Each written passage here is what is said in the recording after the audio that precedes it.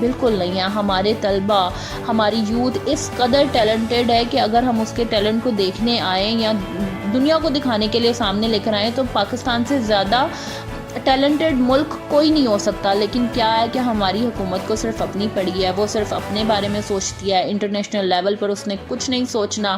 تو میری ویڈیو آپ تک اتنی ہی تھی. میری ویڈیو کو فل واچ کیجیے گا اور اس کے ساتھ مجھے دیجیے اجازت. نئی ویڈیو کے ساتھ حاضر ہوں گے. اللہ حافظ.